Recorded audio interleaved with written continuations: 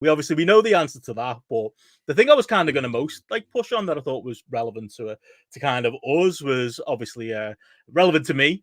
Somebody did ask, Steph did ask about Nigel, asked Brian Danielson about Nigel McGuinness and whether he might turn up at All In, and Brian was kind of, there was a problem with this presser where like there was a lot of kayfabe stuff on it. There was like Orange Cassidy was wheeled out there, so like you're gonna get him answering real questions.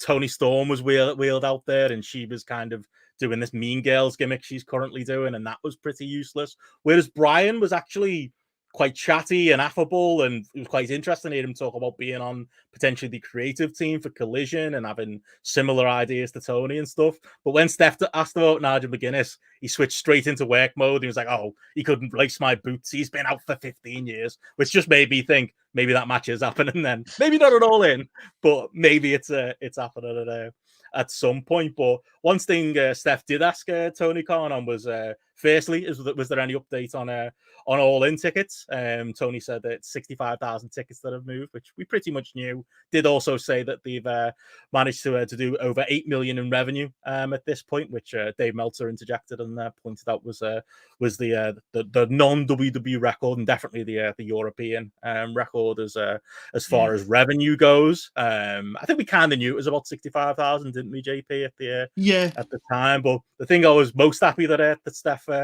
pushed them on was asking Tony, is there going to be any other shows on All In weekend? Is All In going to be AEW's UK debut? Or, as we've talked a million times on this show, could they do an ROH show?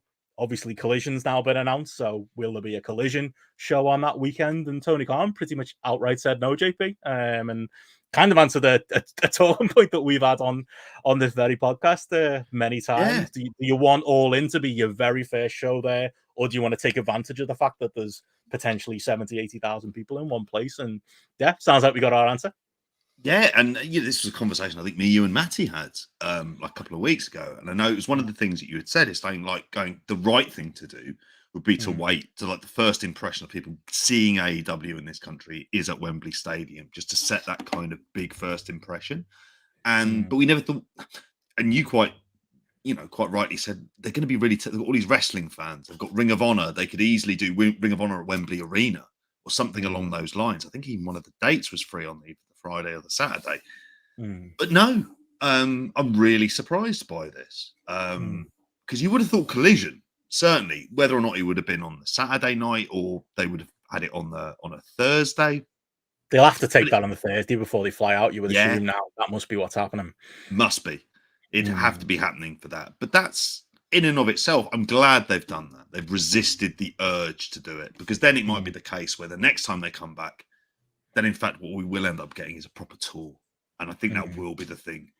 Because if there's anything, he did say that specifically. He was like, "This time, this is going to be our first one." So it's like, okay, well, next time they come, they'll do like the smaller stuff and that. But what do you think for the end of the year, in my opinion? But yeah, easy. You could easily come back and do that. What do you think on that, Gareth? Is it worth passing that opportunity up to Collision? Obviously, since we've all last talked, is obviously official now. Is taking place on CM Punk should be returning for that show on the 17th of June, and will be early into the lifespan of Collision by the time they come to the UK. Don't know, missed opportunity or not, or do you think it's the right move?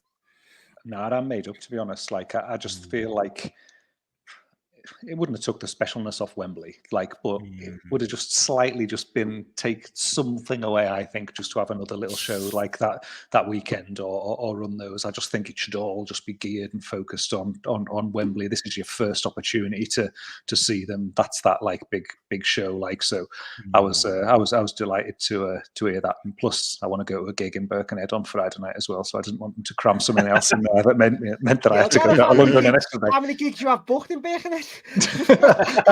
I had one Friday night and Saturday night. I've had to give the Saturday night one thanks to RevPro. But yeah, I mean, that's the thing. It's like I appreciate as well. Though he was like, it's obviously you accepted it's a festival of wrestling with RevPro and Progress Running and stuff like that. But yeah, they're saving it for that. Don't know. Yeah, for me, it's kind of like I think that's probably the right move as far as you go, but. I think all in all, like, it's going to be interesting. I mean, Collision might not even be a thing by then. We're going to be like, well, 6 weeks in. So by then, based on Rampage, might have lost interest by then based on what happens. You excited for extra Saturday night AEW wrestling, Matty, coming up? Well, like we say, obviously Punk's going to be there, Ben. So if he's still there, it will be interesting one way or another. Well, he's going to be, isn't he? I think he will be, and yeah, it'll still be a thing by then. But I agree with what Gareth said there. It's got to be the debut Wembley, that big like spectacle of it. It's got to be. I think it's great news for Rev Pro. I think as much as anything else, because it sets up the Rev Pro Copper Box show as the second biggest show of the weekend, which is the position it kind of deserves. And it means that will have much more of a focus on there, because the only other kind of real competition at this stage, if you're not doing AEW, is going to be Progress. Yeah. And they're set up with the stuff they're doing with Defy at the same time, but it's like a really lovely open path for Rev Pro to kind of draw a really big house on here. I would be looking for them, if they can do it, is to borrow a couple of AEW people. It might not be big. They've got enough you could borrow, haven't they? Yeah, they're really not. Yeah, exactly. I mean, and that would be the thing if they're able to lend a few people for it. But I think it's good for them, because it will be the case of what other wrestling is on. That'll be the first show that gets brought up is Rev Pro 11th anniversary at the Copper Box. Definitely. I think with that though, with the Rev Pro side of things, I'd still only want it to maybe to be 4 people or 5 people from AEW on that Rev Pro show. Like, even if it is undercard people, even if it is whatever your private parties or whatever of people at that level, I reckon just a tag match, somebody thrown into a singles. Not loads. I'll see some overflow of AEW been in there. It's got to be a Rev Pro show, and only a small number of attractions who's going to add something but not be enormous for me. More Ring of Honor than AEW even, isn't it? Just them people. That's what I'm surprised they haven't took the opportunity for, because when early in the presser, Tony Bryan kind of alluded to Nigel stuff. It was like, I could see that taking place on an ROH show, on the same weekend. Wouldn't do that at Wembley, and we're not getting dragged into another 10 minutes of should the British wrestler be at Wembley? No. Jamie Hayes only done.